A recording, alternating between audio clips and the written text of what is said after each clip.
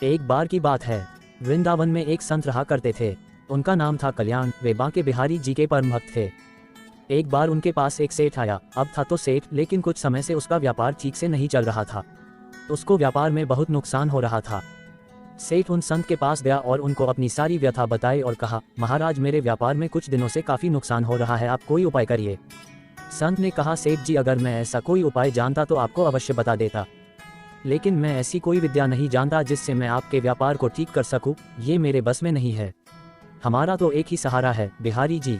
इतनी बात हो ही पाई थी कि बिहारी जी के मंदिर खुलने का समय हो गया।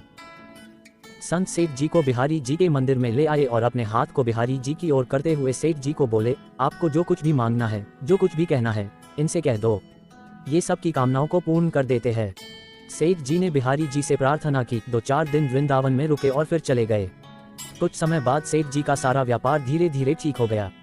अब सेठ जी समय समय पर बिहारी जी के दर्शन करने वृंदावन आने लगे।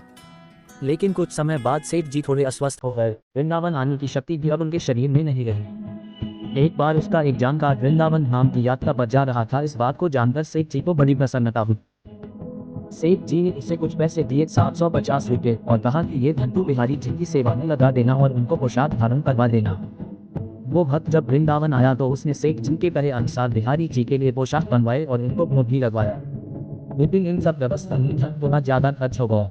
लेकिन उस भक्त ने सोचा, चलो कोई बात नहीं, पूरी सेवा बिहारी जी की हमसे भी बन गई। बिहारी जी किसी का उधार नहीं रखते। अब इधर मंदिर बंद हुआ तो बिहारी जी रात को सेठ जी के स्वप्न में पहुंच गए।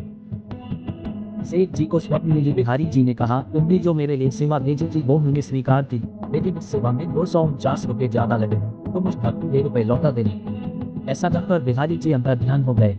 सेठ जी की जब सुबह आंख खुली तो वे बिहारी जी की हीरा देखकर आश्चर्यचकित रह गए। सेठ जी जल्द से जल्द तैयार होकर उस भक्त के घर पहुंच गए और उसको सारी बात बताई। ये सब जानकर वो भक्त आश्चर्यचकित रह गया। ये बात तो सिर्फ नहीं जानता था और तो मैंने किसी को बताई थी नहीं। सेठ जी ने उनको वो 249 रुपये दिए और कहा, मेरे सपने में श्री बिहारी जी आए थे, वो ही मुझे ये सब बात बताकर गए हैं।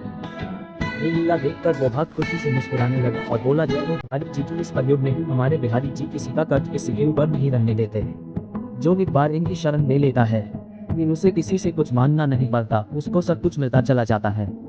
बोलो श्री वृंदावन बिहारी लाल की जय।